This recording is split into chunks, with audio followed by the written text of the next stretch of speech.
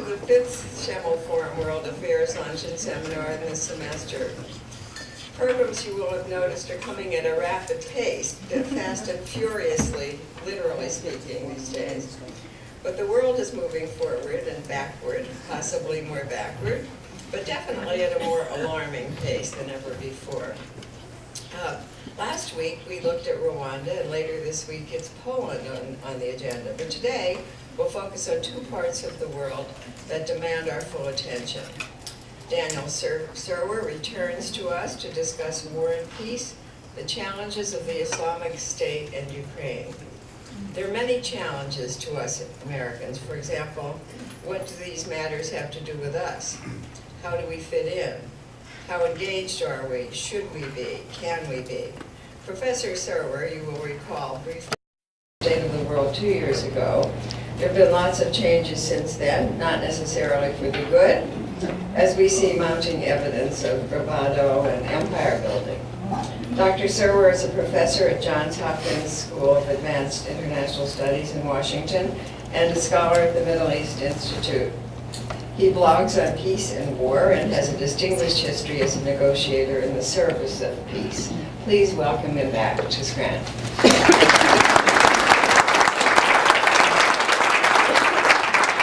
Thank you very much for that kind introduction. Is my microphone working? Everybody can hear? It's really a pleasure to be back here, and you've rewarded me with this beautiful weather yesterday and today. I'm most grateful for your hospitality.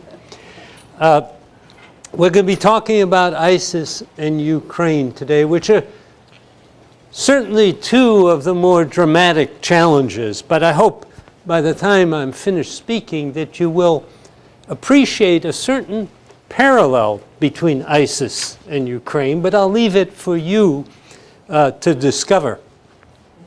I always put up this slide first because I forget at the end to mention that I blog at peacefair.net. I tweet at Daniel Serwer, and I've got at least a few cards here, not nearly enough, that are really ads for my book, which is about how to strengthen America's civilian foreign policy apparatus to match its strong military arm. It has my email and web address on it as well. But with that introduction, I want to tell you where we're going today. The first half will be devoted to ISIS, and we'll talk about where the Levant is.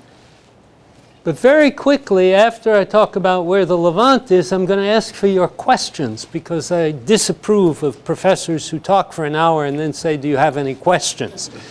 Why not answer the people's questions rather than waiting for an hour? We'll then talk, I will try to answer all your questions as we go through my itinerary, which is Syria and Iraq in historical perspective. We'll do a fairly light once-over, but one that will bring out some salient features, the growth of the Islamic State. We'll talk about what a caliphate is, and we'll talk about the current war and its consequences and what American policy options might be. Then we'll talk about where Ukraine is, because where things are determines a lot about them. Then we'll take your questions on Ukraine as well, if I have time. I won't promise to fulfill that promise.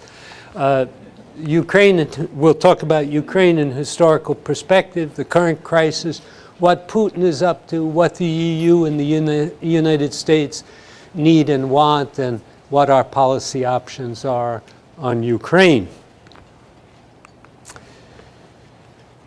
That's the world, and the part of the world which we're concerned with is this Middle East and North Africa, which for more than 3 years now parts of it have been in chaos, especially the parts around this eastern end of the Mediterranean and across North Africa. I was out here in Abu Dhabi last week, and I can assure you that things are very calm there, in fact, very calm and prosperous. But there are serious problems in what we call the Levant. this is the reason. Levant is the word that makes President Obama talk about the Islamic State in Iraq and the Levant. Now, it's not a word we use much anymore, but what it means is the eastern end of the Mediterranean historically. Levant meaning towards the east, if I remember correctly, though somebody may correct me on that. But usually it includes Syria, Lebanon, which are separate countries not for a long time now. In fact, Syria only recognized Lebanon as a separate state and established diplomatic relations with it. Does anybody happen to know? If I got any Lebanese Americans in the audience? 2008, while I was studying Arabic in Damascus. Jordan is counted as part of the Levant. Palestine, meaning Israel and Palestine, is counted as part of the Levant, and sometimes a bit of Iraq. Now, where something is not only a question of where it is geographically, but where it is ideologically, where it is in terms of religious belief. And this Levant here sits on a very important fault line. And the fault line is between Shia and Sunni Islam. Now, there are lots of people who aren't Muslims around this territory, though fewer and fewer as the wars continue, because Christians and some other minorities find refuge more readily in the United States and in Western Europe than many Muslims do. But the fault line that I want to emphasize is between Shia and Sunni Islam. Iran is the largest Shia state. There are only 3 other countries with Shia majorities. Anybody happen to know what they are? Indonesia? No, it's Sunni. Iraq is one. Bahrain is another. And the last one is the one everybody forgets. It's Azerbaijan. It's Azerbaijan. All these other countries here are basically Sunni countries. Now, there may be some Shia there, but they are majority Sunni countries: Egypt, Libya, Algeria, Sudan. Basically, certainly Saudi Arabia. UAE, you'll note, where I was last week in Abu Dhabi, has a Shia minority. As does, well, of course, Bahrain is Shia majority. Qatar also has a Shia minority. This is what our problem looks like, the Islamic State. It doesn't quite look like a state yet. This dark red area are the areas that they actually controlled, and I guess this slide dates from a month or so ago, so it may not be perfectly accurate. This lighter color, I don't know what to call that color, is support for ISIS. That is, ISIS is free to move in these areas and has some support from the local communities. The important thing to note is that this area of ISIS support or at least tolerance transcends the border between Iraq and Syria. It is a challenge to state structure in the Middle East. These green areas, which look kind of like puddles, are puddles, but they're puddles of oil, not of water. And you will note that there are very few of them in the ISIS-controlled area. Virtually almost none. Right up in here, you get some that are actually in ISIS-controlled area, and they have produced some oil, and they do sell it at a big discount. But oil production, especially Syria, produces relatively little oil, and its oil fields out here in Deir ez-Zor are largely under ISIS control. But Syria produces very little oil. Iraq's major oil production is somewhere down here in the south. And 90% of the oil in Iraq is there, and Iraq is a very important oil producer. So we have talked for a moment about where the Levant is and why it's important, especially the Shia-Sunni divide. And now I'm going to take questions, but I won't necessarily answer them right away. Is Levant what I used to call years ago the Fertile Crescent? Is that the same area? I think it is part of the Fertile Crescent. The Fertile Crescent extends along the Tigris and Euphrates through Iraq. So it is not the Levant.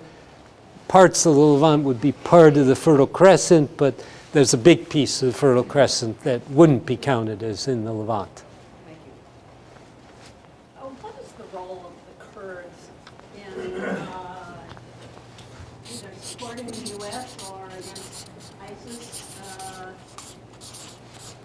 Kurdish role, good question. And who are the Kurds anyway? What? The largest minority without a country. Largest minority without a country, but what does it mean to be Kurdish? It's an interesting question. Other questions? Yeah, I just have a really simple question. If ISIS is indeed going for a Islamic State, why did they pick that particular area? Why that territory? It's an excellent question, which will get us into an interesting answer, because that's where the caliphate historically was. At least that's in part the answer.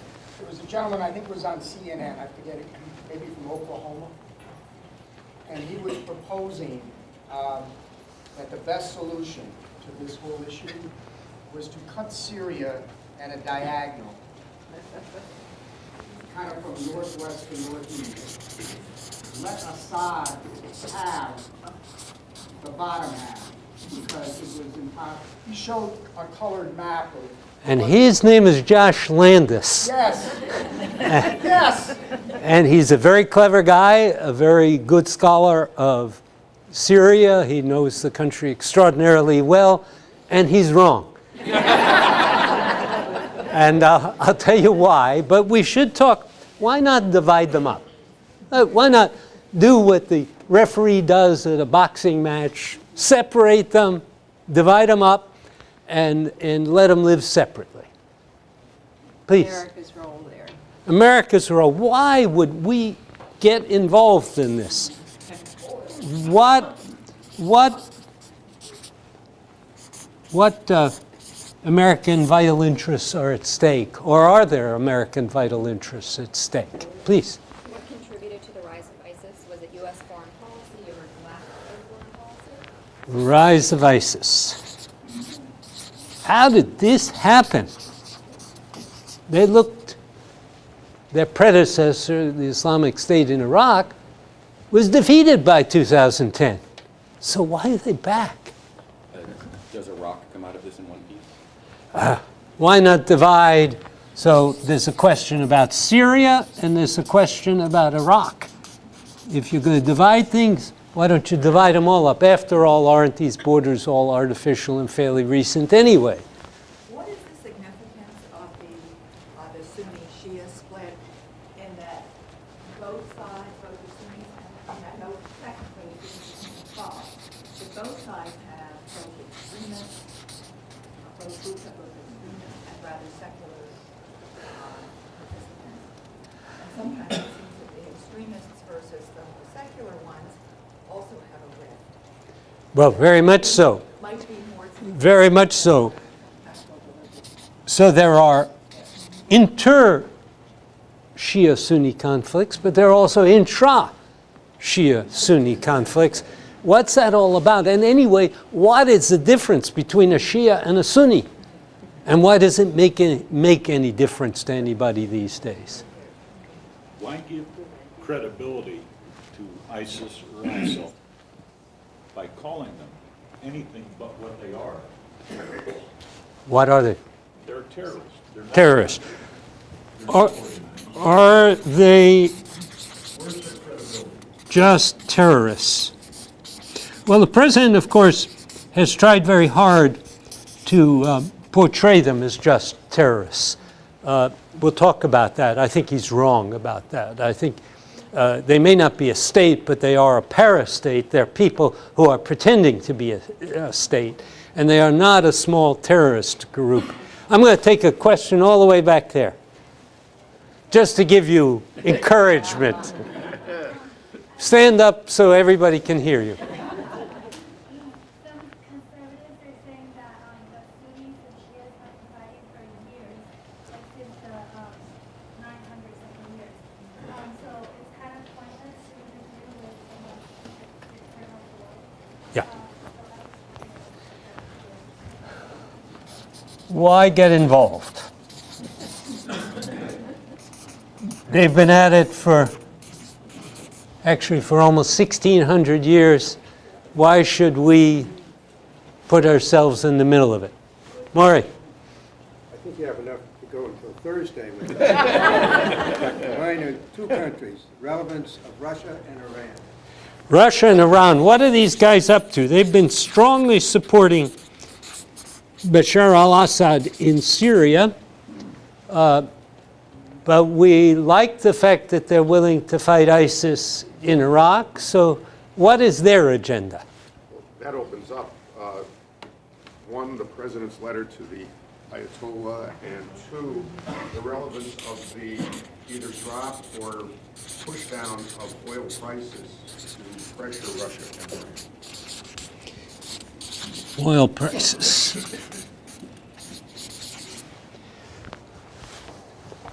I wasn't watching news real closely this morning, but overheard that there was an air attack that may have injured or killed some ISIS leaders. Do you know anything about that this morning? Short answer is I don't. But I want to list the question because we have a great deal of experience with killing terrorist leaders, and the question is, does it make a difference? Well, the reason I ask is because one of the descriptions of their top leader, who may have been hit or hurt or killed, was described, among other ways, as their spiritual leader. Now, we know that Derek Jeter was the spiritual leader of the Yankees. It had nothing to do with religion. He was a great player who led by example. What does it mean to be the spiritual leader of ISIS? That's a good question. Let me get started. I know there are a few more questions out there, but let me get started, because if I don't get started, I'll never end. And there are your questions. A quick short history of Syria. I mean, I'm not going to go through this whole slide. The point about Syria is that it only gained independence in 1946. It has a history of war, coups, and massacres. And Josh Landis knows all about this and will tell you all about it.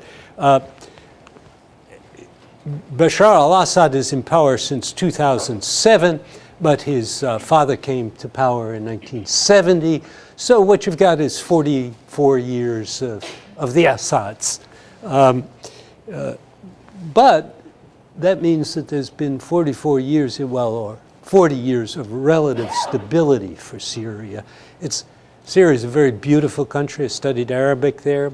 Damascus is a spectacular city that you would all enjoy visiting, the center of Damascus, the old city. I used to do a lecture in which I have a picture of the old city, but I don't have it here. It's a spectacular place. Syrians are very sweet and wonderful people. But the last 4 years has been truly disastrous for them, but more in keeping with its history than the previous 40 years or so. It's a very mixed population. That's all this is. You're not going to be able to follow the details here. It's a very mixed population. It is predominantly Sunni Muslim, about 70%, but there are a number of large minorities, the most important of which, in a way, are the Alawites, between 10 and 12% of the population. Here it says 12.8, but nobody really knows. The Alawites are important because they dominate the government. The Alawite heartland is in the west. along the Mediterranean. This is the Alawite heartland. Here's Cyprus. And they are a majority, even in the heartland, only in the countryside, not in the cities. So they're mixed with a lot of Sunnis in the cities. They are heterodox sect. What does that mean? It means that they're not like other Muslims. In fact, maybe they're not even Muslim, but they've been accepted as honorary Shia by the Shia. Their name comes from the fact that they are followers of Ali, which is what Shia are as well. Shia believes that Ali was properly the first caliph. The regime is predominantly Alawite, especially in the security services, but it also had a lot of support from Sunni businessmen and still does have support in the Sunni community. The ideology of the regime is tolerant, that is, we're all supposed to get along and be nice to each other. It's multi-ethnic. It's, I said non-democratic here. It's anti-democratic. It's an authoritarian regime. And a single-party state, even though they did introduce in the last couple of years a supposedly multi-party constitution. Power is concentrated in Damascus in the hands of very few people, mostly family members of Bashar al-Assad. This is another sectarian map.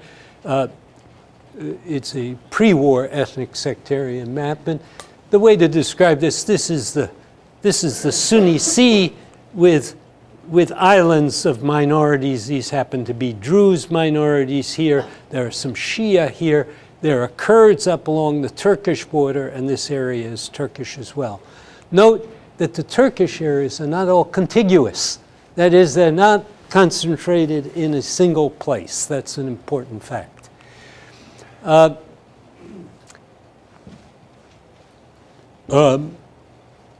I sort of went over just now. This shows you the current situation, though it's not current anymore because this green area, which was rebel-controlled, opposition-controlled, has shrunk even more than in this map. This is Kurdish-controlled up here. This is regime-controlled down here. And this is Islamic State-controlled countryside, this dark gray area. Let's turn to Iraq for a minute as well, because after all, we're talking about the Islamic State, which is in both Iraq and Syria. It too has a turbulent history. The Sunni monarchy was established there by plebiscite in 1921. It was sort of a fake plebiscite that the Brits held. Independence in 1932, there were revolts against Sunni domination at that time. There were coups from 36 to 41. It's not a pretty picture, right? And they were retaken and occupied by the Brits during World War II. There was a coup in 58. The Ba'ath Party assassinated the president of the time in 63. The Ba'ath were chased out before the end of 63, and they returned to power in 68. Not a stable picture. Not a stable picture. And it continues in that vein. Saddam Hussein took power in 79, almost immediately took Iraq to war against Iran for 8 years, over 1 million people killed in that war. Then invaded Kuwait in 1990. We expelled them from Kuwait and then re-invaded in 2003-04.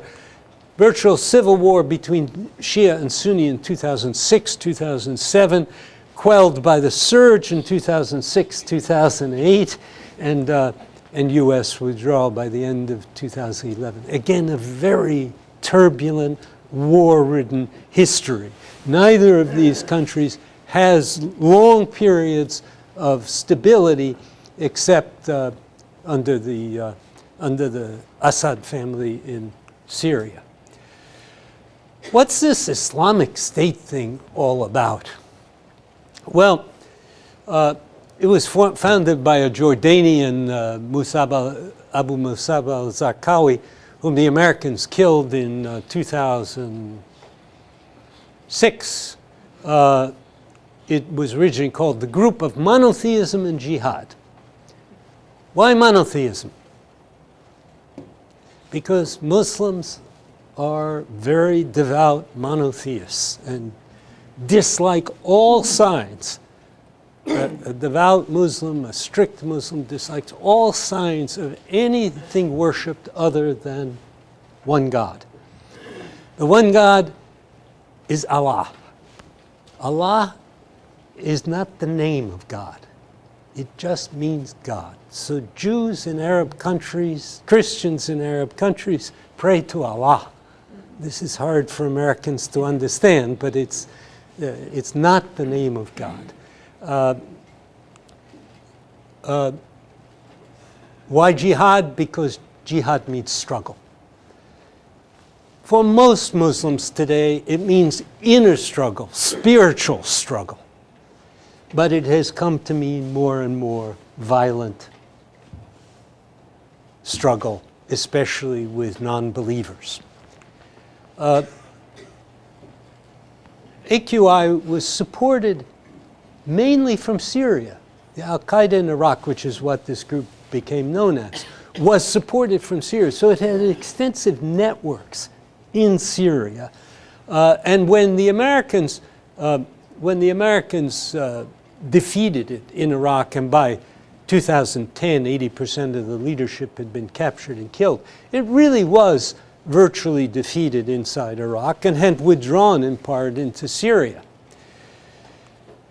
In May 2010, Abu Bakr al-Baghdadi, who may or may not have been killed the other day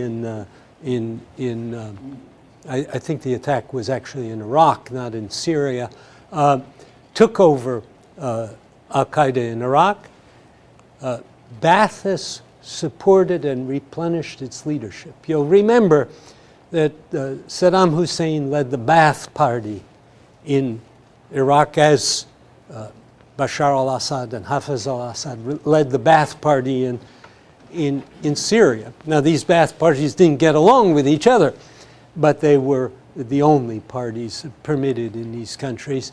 And when the Americans defeated the army of Saddam Hussein, the Iraqi army, there are quite a few Ba'athist leaders who went into hiding and who formed the core of the insurgency against the Americans in 2006, 2007. They joined up with Al-Qaeda in Iraq, Islamic State in Iraq by that time. We negotiated and signed a withdrawal. Here I want to emphasize something, because you will see in the press people who blame the withdrawal of all the American troops on President Barack Obama. The agreement for withdrawal of American troops from Iraq was negotiated and signed in the Bush administration, not in the Obama administration. Obama tried to keep some troops in Iraq, but couldn't convince the Iraqis to allow them to stay.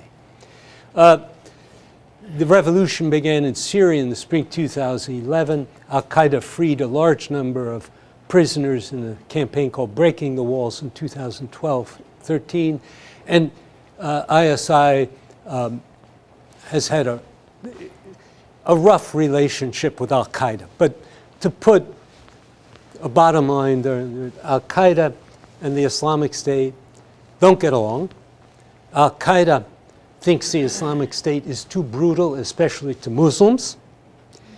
Al-Qaeda also prioritizes attacks on the far enemy, that's us, whereas the Islamic State tends to put priority on the near enemy, that's people in Syria and Iraq, many of them Muslim. The caliphate, Abu Bakr al-Baghdadi declared the caliphate in 2014. So how did this happen? That was one of your questions. How did ISIS arise?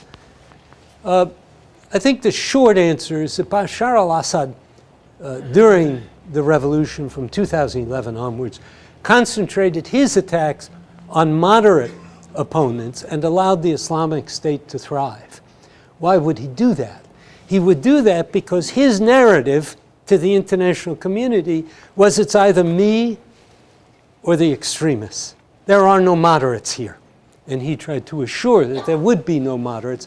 And that's a very serious problem for the Americans today, that there is only a weak moderate opposition which can't be relied on to take over in Syria.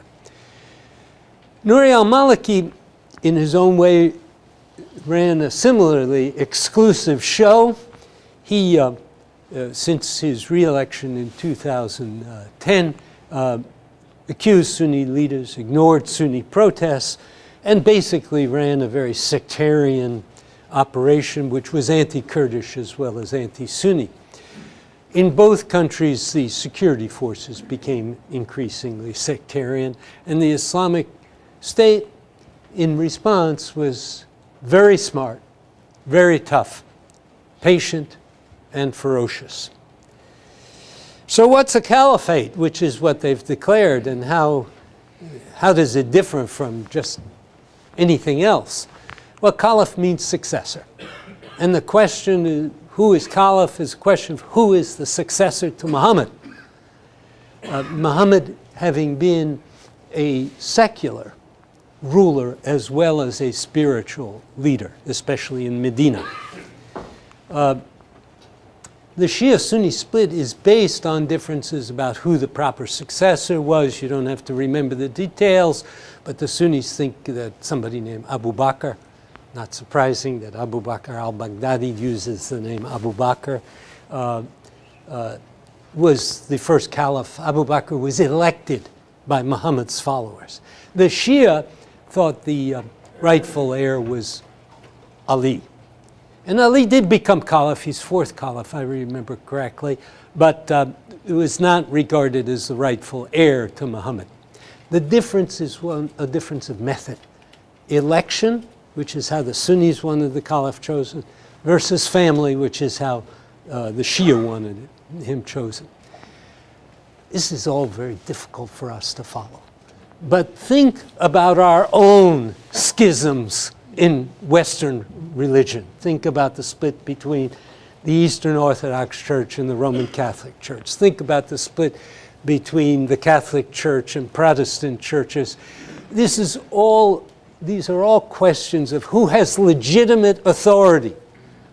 And that's what the difference between Sunni and Shia is. So of course, with the passage of 1600 years, lots of other things get to be different between Shia and Sunni. They believe different things. They may pray in slightly different ways. The Shia have a habit of what's called emulation, and all Shia emulate a living religious leader. Ayatollah Sistani in Iraq is the most emulated of Shia leaders anywhere in the world, whereas Sunnis think you're supposed, very devout, I would say Orthodox Sunnis, think you're supposed to emulate Muhammad, so that you'll see Sunni leaders wearing their beards as they believe Muhammad wore his beard, and in other ways emulating him as well. A caliphate, or more than one, because there were splits in the caliphate as well, existed from the 7th to the 20th century. The last one was the Ottoman Caliphate, abolished by Ataturk in 1924, sorry. So what's life like under the Islamic State? Well, there are very strict practices. Women have to cover completely, but women cover completely in many Muslim countries. There's no smoking. That's going to be a tough one to enforce. There's Sharia law. And there's a belief in purifying violence against evil. That is, violence is useful against evil. They have authoritarian governance through two governors of Iraq and Syria. This is why I say it's more than a terrorist group. They're actually trying to deliver services, and they do deliver water, electricity, they collect taxes, they enforce the law, they've opened the schools, and they're using Saudi textbooks with the covers torn off.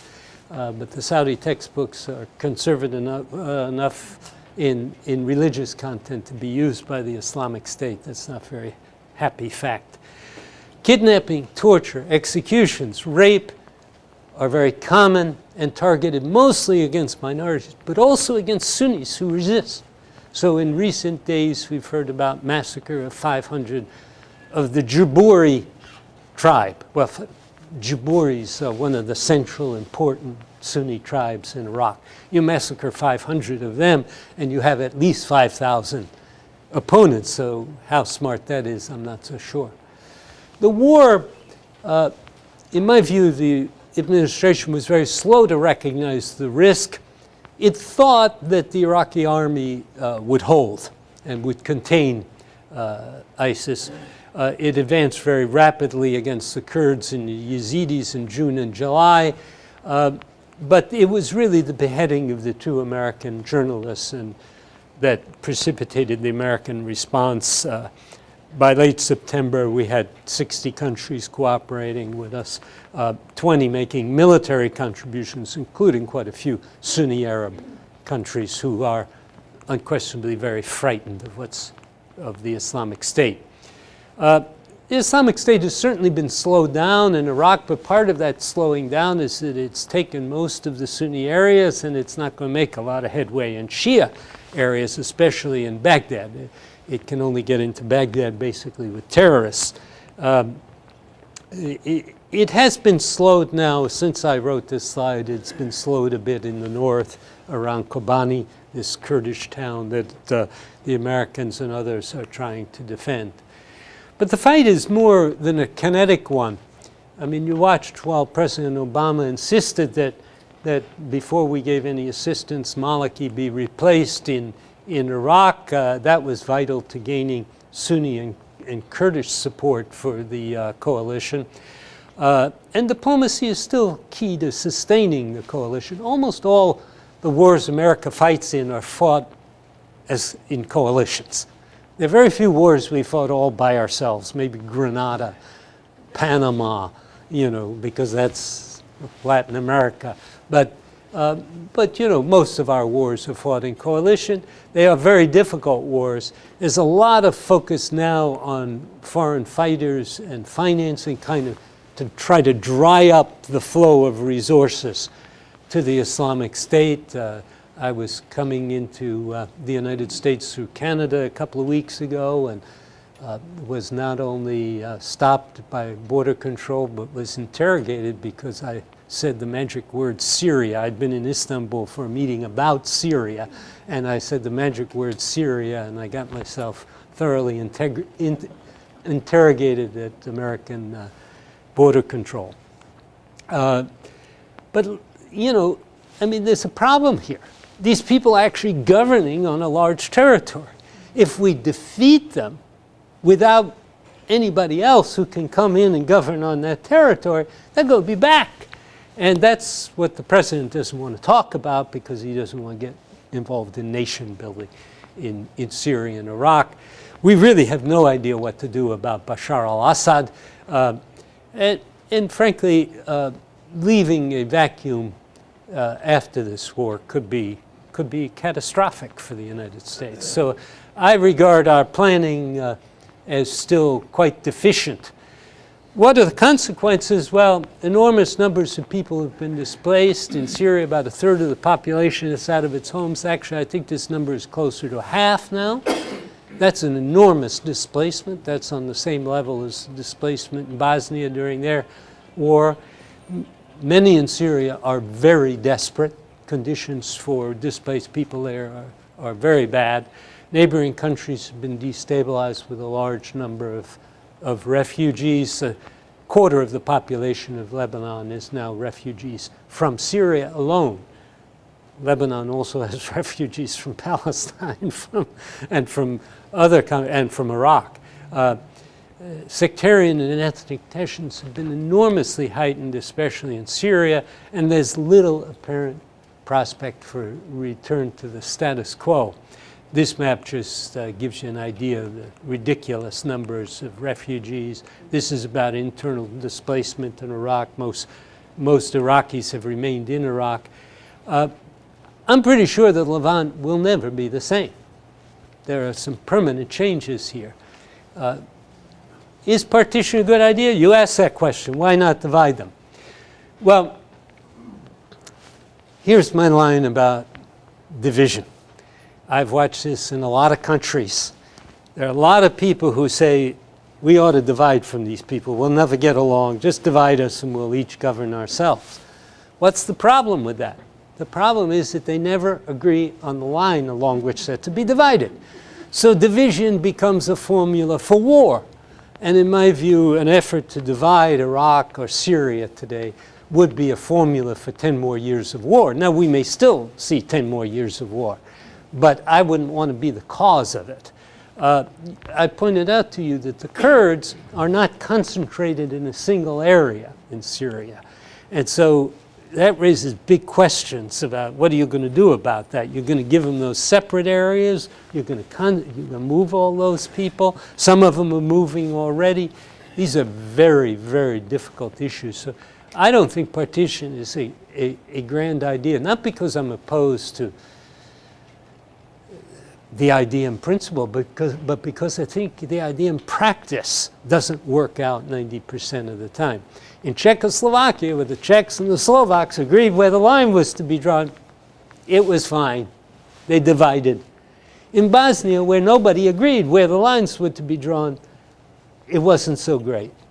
In Iraq, where all the oil is either in the south, where the Shia control it, or in the north, where the Kurds control it, I don't see how you're going to satisfy the Sunni with partition. The only way they get to be satisfied is by being in the same country with at least some of these other guys. There's a big question about safe haven for international terrorists. There's already this Al-Qaeda Khorasan group in Syria. You asked about Russia and Iran. Iran wins big if it can keep Assad in place. I don't think there's any prospect of that. I think they're already losers on that one. I don't know how or when they'll go, but they're going to lose him. They lose big with partition. Why? Because partition in Syria can't stay in Syria. It will spread to Iraq. And what percentage of the Iranian population is Persian? Anybody happen to know? Or where eastern Kurdistan is? Eastern Kurdistan is a province, that's what it's called. It's a province of Iran. So if the Kurds get independence, which they certainly would in any partition scenario worthy of the name, Iran is at risk. So they have a complicated situation here. Russia has its chips on Assad, but they too say, well, we don't absolutely have to have Assad, could be somebody else. But I got to tell you, I was in Moscow this fall, and I didn't see any hope for weaning the Russians from Assad. Turkey is at risk. Turkey is at risk, especially from the possible independence of Kurdistan. I mean, most of Kurdistan is inside Turkey. And the Turks are willing to have Iraqi Kurdistan outside. They might be okay with the Syrian Kurdistan, but they're not okay with losing any of their own territory. What are our policy options? Well, we can continue the current counterterrorism war. The president has said it's a terrorist group, we're killing them. That's what we do with terrorist groups, we kill them. The problem is it's more than a terrorist group, it's also governing, and I don't see that as an adequate solution. We could provide more support for the Syrian opposition. We've been very weak in supporting the Syrian civilian opposition. We could have the Turks have been urging us to create a safe area protected by a no-fly zone along the Turkish border. That would enable at least some of the Syrian refugees to leave Turkey and go back into Syria, and it would prevent new refugees from coming into Turkey. We're talking about that with the Turks, but the Americans haven't signed on to that yet. We could train a new Syrian opposition force. That's what the administration says it's doing, 5,000 a year, year and a half from now. Sounds like small beans to me. We are training the so-called National Guard, that is a provincial level force in Iraq, so that instead of having the Iraqi security forces, which are heavily Shia, go into the Sunni provinces, it would be Sunni National Guard who would retake the Sunni provinces, and the offensive is being planned for next spring. There's a big question about whether boots or loafers are needed. Loafers mean civilians. Boots mean military folks. I don't see how we're going to get away without it, to tell you the truth, but the president is still dead set against it. I'm not going to talk about Sykes-Picot because nobody asked, but this Sykes-Picot is the agreement that supposedly divided these territories, a British and a French diplomat. The point I want to emphasize to you is that Sykes and Picot did not agree on the borders. You'll read that in the papers all the time, these artificial Sykes-Picot borders. Borders were of no interest to Sykes and Picot. They were interested in the sea coast because there was nothing in the interior. Oil hadn't been discovered yet. There was nothing in the interior. And they had some vague ideas about where the lines would go. But the interesting thing to me is that Mosul, I think that's Mosul, but I can't read it. Mosul, which is in northern Iraq today, was actually in the French sector, which means it was in Syria, according to Sykes and Picot. It was not in Iraq. So in a funny kind of way, the Islamic State is restoring the Sykes-Picot borders. They're not destroying them. I'm going to have to rush on to Ukraine if I'm going to make it, but let's go quickly. The Kurdish Rule is terrifically important. Why? Because the Kurds have strong Peshmerga forces, because the Kurds are good, reliable allies of the United States, because the Kurds, though not small d Democrats, are relatively liberal in many ways, and they're willing to fight, and they fight well. The trouble is that they don't have a compact territory, and there are different kinds of Kurds. The Kurds of Iraq and the Kurds of Syria don't necessarily understand each other's Kurdish, for example. So a Kurd is defined as somebody who speaks one of the Kurdish dialects. They certainly would like to have their own state, but they've been very practical about the geopolitical implications and haven't pressed the case too hard. I talk about why not divide that territory? Why that particular territory? I mean, it was always clear that if you wanted a caliphate, you needed Damascus and you need Baghdad. And it's not just the hinterland that you need. You need both capitals. That's where the caliphate was. There were different caliphates at different times in Damascus and in Baghdad. We talked about the rise of ISIS. Sunni Shia, and why get involved? Well, I wouldn't get involved at all in Sunni Shia conflicts, but I can't not get involved if I think American national security is at risk. Do I think it's at risk from the Islamic State? Yes, I do. I think the administration made a mistake to ignore it. They're not just terrorists, but they are also terrorists, and they will strike the United States if they can, or strike Americans. We talked a little bit about Russia and Iran. I don't believe there was any plot to lower oil prices in order to weaken Russia and Iran. Lower oil prices do weaken Russia and Iran, and I think that's a good thing. But the lower oil prices are due entirely to the big jump in American production in the last few years. Very positive thing for the world, very positive thing for the United States, in my view. The president's letter, it's very hard to talk about because we haven't seen the text of it. And it sounds like a pretty routine letter to me. I don't see it as a big deal, but you know, I need to see a text in order to really judge. ISIS leaders, look, ISIS has proven that it can attract young Muslims. There's no question about that. Like Derek Jeter attracts young fans. Why, how they do that is, I think, quite a mystery. But that they do it, and that they do it more effectively than Al-Qaeda ever did, I have no doubt. I don't believe that killing their leaders is going to do a damn thing And I think we know that from many incidents. We've killed lots and lots of terrorist leaders. There are always more than enough people to take their place. There are two prerequisites for preventing terrorism. One is to build inclusive states. I would say democratic states, but I don't care if you can have an inclusive state that isn't democratic. It's all right with me. The other is to build communities that reject extremism. And that's done by having former extremists campaign against the extremists. That's the most powerful tool.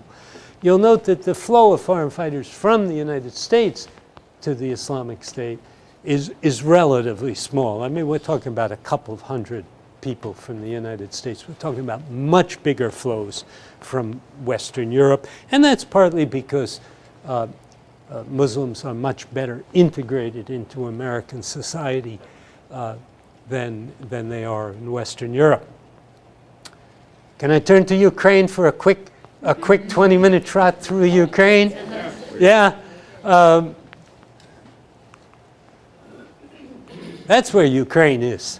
And I like this map because somehow it illustrates how Ukraine is right in that intermediate area between Russia, what we used to call Western Europe, we now just call it Europe. Here are the former Warsaw Pact states: Poland, Czech Republic, Slovakia, Hungary, Romania, Bulgaria, all members of NATO today. Estonia, Latvia, and Lithuania, also members of NATO and the EU. And we have these two sort of buffer states left between Europe and the Russians. And that's Belarus, which is very pro-Putin, and Ukraine. Ukraine is split between an area that is predominantly Russian-speaking, especially in this dark area over here, and the area that is predominantly Ukrainian-speaking. Now, many Ukrainians speak both languages, but these are percentages of the population who identify Russian as their native language, and it's all basically in the east and the southeast. I'm not going to take your questions because I don't have time. I said I might skip that part. Sorry about that. Ukraine has an even less happy history than Syria and Iraq. It emerged briefly after World War I as an independent state, but it was really a matter of a couple of months, but very quickly fell victim to a civil war between pro-European and pro-Russian forces. It lost part of its territory to Poland, and the rest was incorporated into the Soviet Union in 1922. The Ukrainians had a very unhappy time in the Soviet Union. In particular, there was a massive famine in the 30s that killed something like 10 million people. Another 5 million killed in World War II, more than 2 million forced into German labor camps. This is a pretty unhappy history. It was a founding member of the UN, even though it was part of the Soviet Union. The Soviet Union had 3 votes in the UN General Assembly. It had, I think it was Belarus, Ukraine, and Russia. It hosted Soviet nuclear forces and gained Crimea only in 1954. Khrushchev kind of gave it away as a present. So the big question about Ukraine is what is its role in this intermediate area in Europe? Is it going to be a bridge, a buffer, a battlefield? There's nothing new about Russian invasions of Ukraine. That's been common in history. There's nothing new about Ukraine's ties to Western Europe. You know, it's really a question of will it join one bloc or the other, or will it somehow find a way of surviving as part of both or of neither? That's the big issue. And that's the issue that puts, in 2004, 2005, puts literally millions of Ukrainians into the street protesting their fraudulent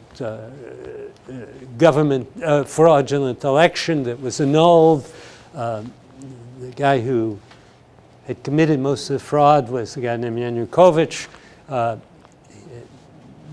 voting was, as it always has been, divided east and west.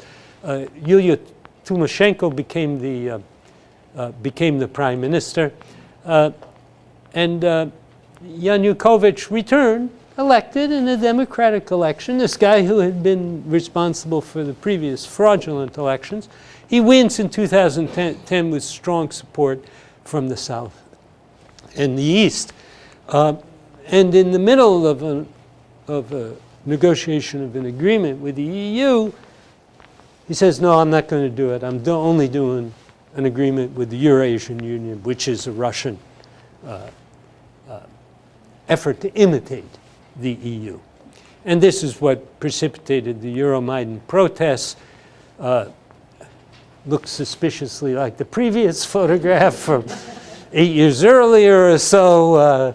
A lot of people in the street.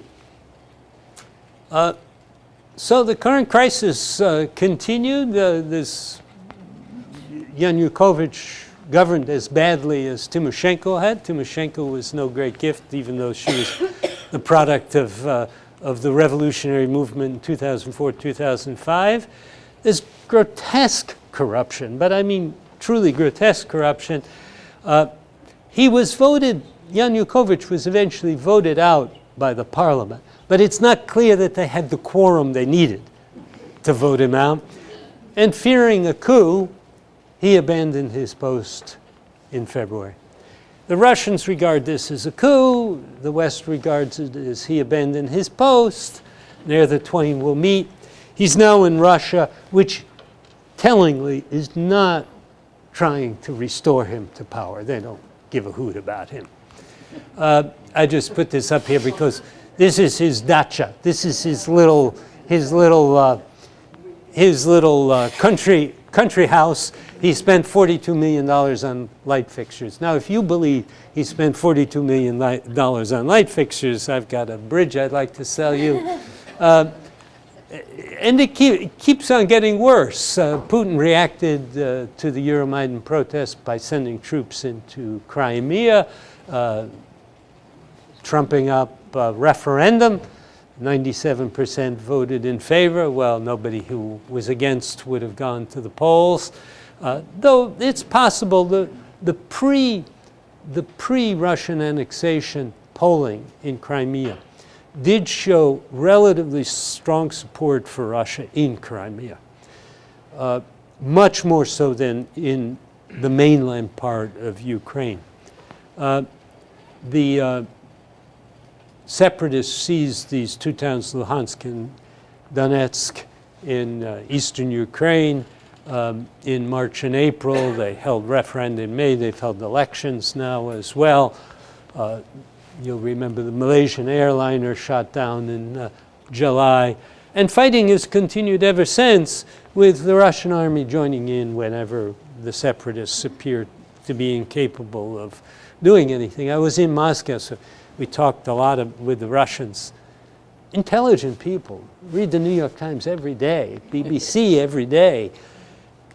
I couldn't get a single one of my Russian friends who are all associated with the Academy of Sciences, so not people who are too far from the Putin regime. I couldn't get a single one, even in private, to admit that the Russian army was in Ukraine.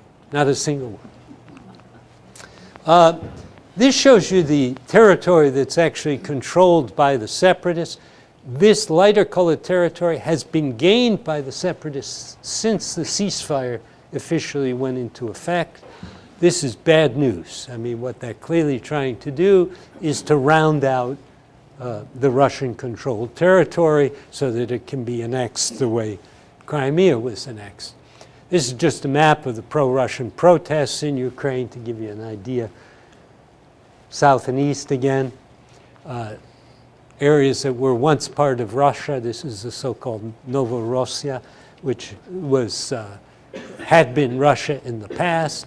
Of course, Ukraine had also been Russian in the past, so it's not colored in here. What are Putin's objectives? Well, he's trying to reestablish control over Russian-speaking populations in the former Soviet republics. I don't believe, as some people say, that he's trying to reestablish the Soviet Union. He knows he can't do that. He knows that's not going to work. But he thinks he can gain the Russian-speaking populations. It's exactly the same ambition that Milosevic had when Yugoslavia came apart. It was to establish control over the Serbian populations in the non-Serbian republics of former Yugoslavia. He's already done that in Georgia. It happened in 2008 in Abkhazia and South Ossetia, which declared independence and are now supposedly independent. Very few countries have recognized them, just 3 or 4. In Moldova, there's an area called Transnistria across the Dniester River. And in Armenia, which is very loyal to Russia these days. A lot of people think Kazakhstan might be next. Kazakhstan is a big bite, though. He's also trying to reassert Russia's global role as a superpower. It was made very clear to us in Moscow that one of the big resentments is that the Americans don't treat Russia as a superpower anymore. President Obama notoriously said Russia is a regional power that we respect. They hate that. They hate that. But he was right. That's what they are. They're a regional power that we should respect, but they are not a superpower any longer and will never be again. They going to also block expanded U.S. and European influence along their borders.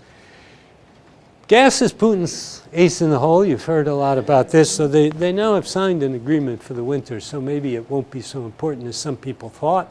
These show the percentages of Western Europe dependence on Russian gas, 36% in Germany, 23% in France, 27% in Italy. Looks pretty bad. That's the West European gas network. It's not so bad. It's not so bad.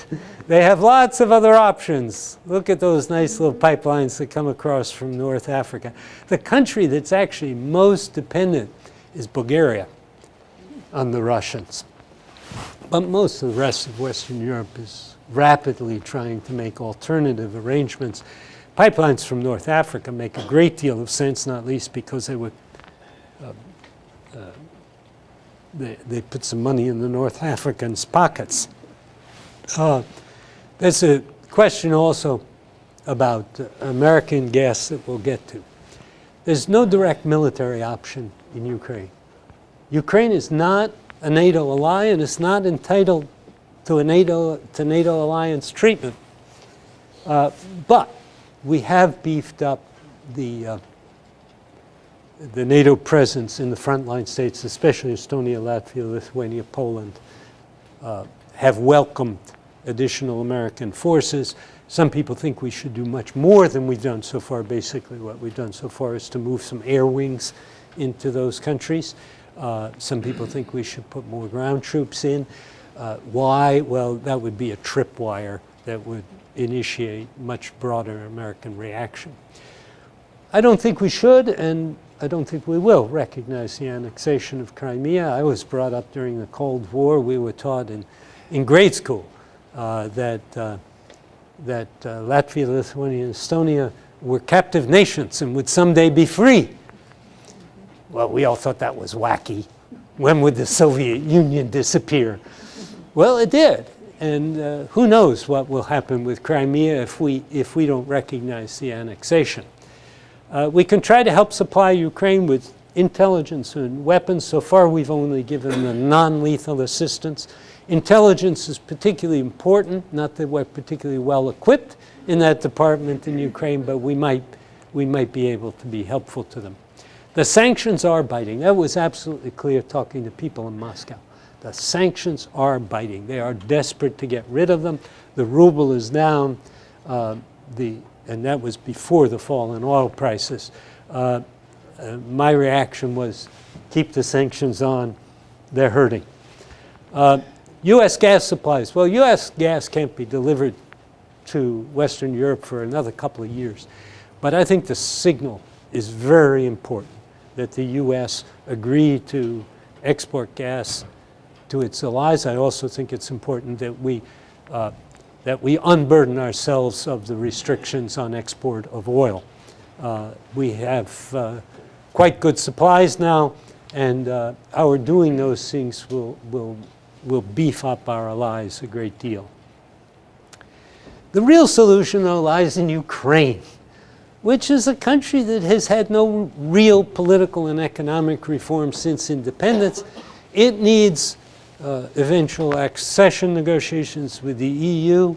I don't know if it needs NATO membership. That's up to them. But I think they should certainly come closer to NATO than they have been in the past. You know, Americans would like to avoid new commitments, and I'm part of that sentiment. I don't really want us taking on new commitments abroad. But ISIS in Ukraine do represent turning points that show us what happens when the United States hesitates. You know, it's interesting to me, what's his name, Haas, Richard Haas, who's head of the Council on Foreign Relations, had written a great deal about the need for America to retrench. But he's completely forgotten all of that nonsense when he writes about Ukraine and the Islamic State. He doesn't even mention all these articles that he wrote about the importance of retrenchment. Both crises come from weak states, from threats to weak states. And there is a commonality there, in my opinion. Ukraine was a weak state, and Russia took advantage of that. Iraq and Syria were weak states, and the Islamic State took advantage of them. Terrorism is no longer a small group of people, but rather a state-like entity. And that means that we have to fight it in different ways from the ways that we have in the past.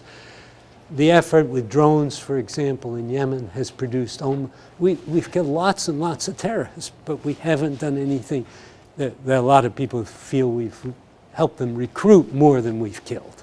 That's not a productive thing to be doing. Russia is no longer a partner in Europe.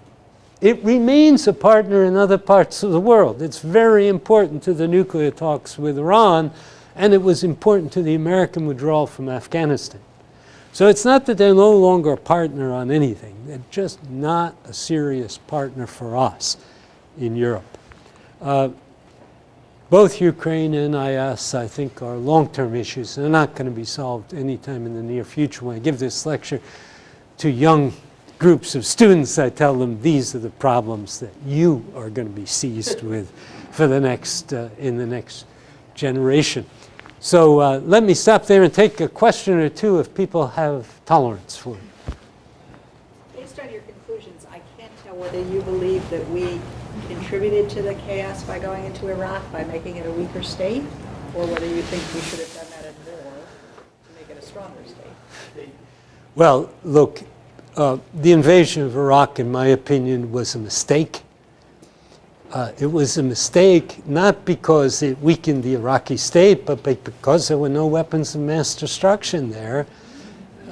Or to put it more accurately, there were some, but they were not nuclear and they did not threaten the United States. There were some chemical weapons that have now been shown to be causing problems among our soldiers. But look, all presidents make mistakes. And I believe that President Bush thought that there was a serious threat that Iraq would get nuclear weapons. And that, to me, was a reasonable justification for what he did. He was, however, wrong. And that, to me, it's one of the biggest mistakes in American history. It really is. Now, did it cause the collapse of the Iraqi state? Well, it's certainly part of the background to the collapse of the Iraqi state. But in my view, I mean, Nouri al-Maliki had a clear choice. I wrote about it many times. He could have governed in an inclusive way, or he could govern in a way that made him Prime Minister of Shiistan. And he chose Prime Minister of Shiistan. And we're not at fault for that. We were urging the opposite. So I don't blame the Americans for what's happening now. A lot of people do. I think that's not very credible. Please. Is the new Iraqi government more inclusive than the Maliki government? Now, that's a good question. The easy short answer is no. It doesn't have any more Kurdish and Sunni ministers in it than Maliki did. But there's a quality question as well as a quantity question. And they do have a Sunni minister of defense, and that's an important thing to have done, and a Shia minister of the interior. Maliki had kept those portfolios for himself. Haider al-Abadi, the new prime minister, is trying very hard to govern in a more inclusive way, but he hasn't made a lot of progress on the issues that the Kurds are concerned about, and he hasn't made a lot of progress on the issue the Sunnis are concerned about.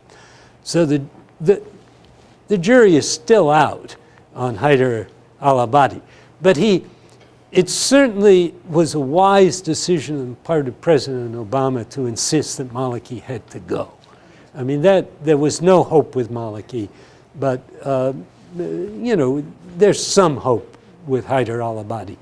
I don't think Haider al-Abadi, who's a member of Maliki's party and was a strong supporter of Maliki, has much different attitude about Sunnis than Maliki does.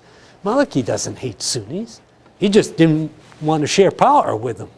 The question is, Haider al-Abadi doesn't hate Sunnis, I'm sure. The question is, can he work out the arrangements to share real power with them? And I don't know the answer to that question yet. Have I got the hook? Well,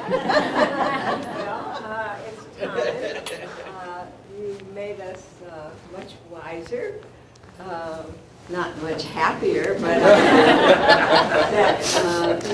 It's my fate in life. knowing is better than not knowing, and we're very grateful for There are some cards here you can take at your leisure.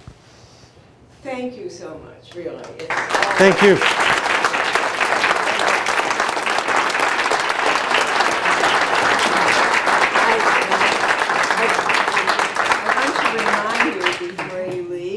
We'd like to see you on Wednesday at 5:30 to meet an amazing European hero, Adam Miknik, and Elżbieta Matynia, who has just written a wonderful book.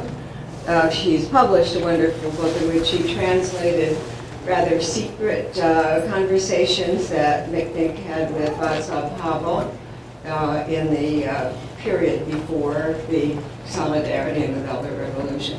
So come if you can. And thank you again for coming today and making you what Daniel has made us wiser. Thank you very much.